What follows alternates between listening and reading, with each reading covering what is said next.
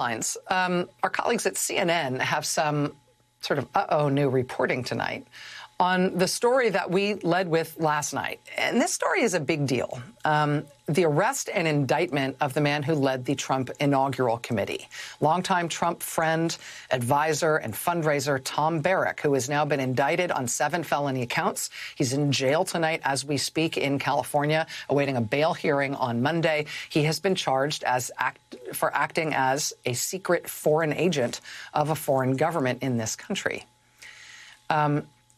CNN is reporting tonight that the federal prosecutors who brought these charges against Tom Barrack yesterday, for some reason, they sat on those charges for a very long time before yesterday's indictment, even though the indictment was apparently ready to go.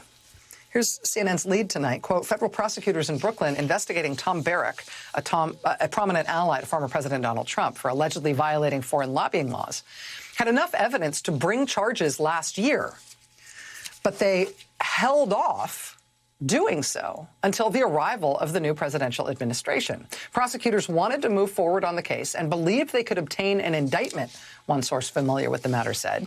The source said the investigation was mostly done well before the time period when prosecutors are discouraged from advancing politically sensitive matters ahead of an election.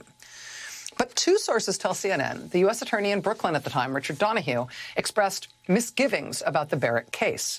It's unclear if he delayed the case outright or if prosecutors chose not to move forward at the time, knowing their U.S. attorney wouldn't support it. A spokesman for the Brooklyn U.S. Attorney's Office declined to comment.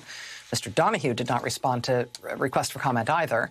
Donoghue, of course, after these decisions, was subsequently promoted by then Attorney General Bill Barr to become Principal Associate Deputy Attorney General at the Justice Department.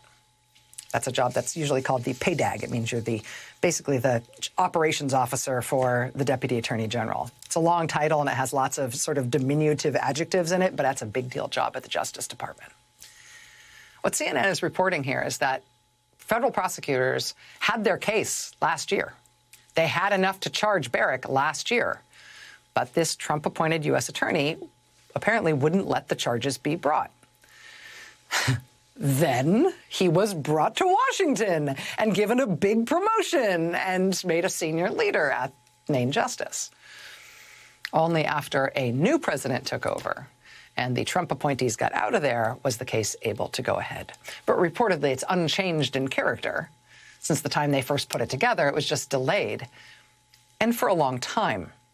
I will take, I credit CNN for this reporting tonight. We're doing what we can to match it. We haven't at this point. I will take issue with one way that they characterized the indictment yesterday against Tom Barrack. And this is a characterization I've seen a lot of different news organizations make, but it's not actually technically right. And I think it's technically incorrect in a way that might be important to understanding the significance of this case. As CNN put it, federal prosecutors in Brooklyn investigating Tom Barrack for allegedly violating foreign lobbying laws. It wasn't really a lobbying case. This case was brought against Tom Barrack specifically under the federal statute that names him as an alleged agent of a foreign power.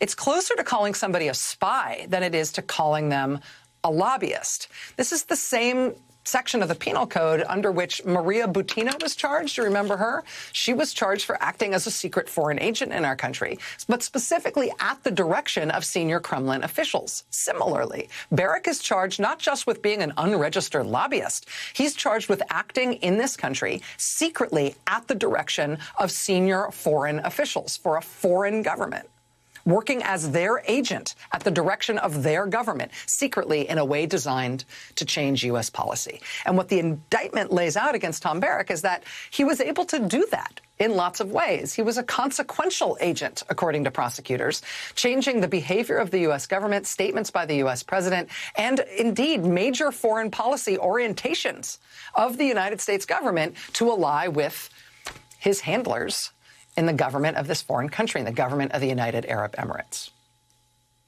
So that's what we're going to talk about next tonight. The combination of the consequential nature and seriousness of these charges against Tom Barrack, right? All the U.S. policy changes the indictment ties to this alleged foreign agent scheme. The combination of that and what's being reported tonight as the long delay in bringing the charges, because Trump appointees wouldn't let it happen. Has me thinking about this case, not just from a criminal perspective in terms of the ultimate fate of yet another person in Trump's high orbit who ended up getting himself indicted on multiple felony charges. Has me thinking about this from a counterintelligence and national security perspective, too. If, in this instance and in others, foreign governments had their agents operating at the highest levels of the U.S. government, and when the U.S. Justice Department knew that, they were told to sit on it and not move forward with an effort to stop it and indict the behavior, what was the damage done here, especially with the delay in prosecuting it? I have just the person to ask, and you will be surprised to see him. That's next.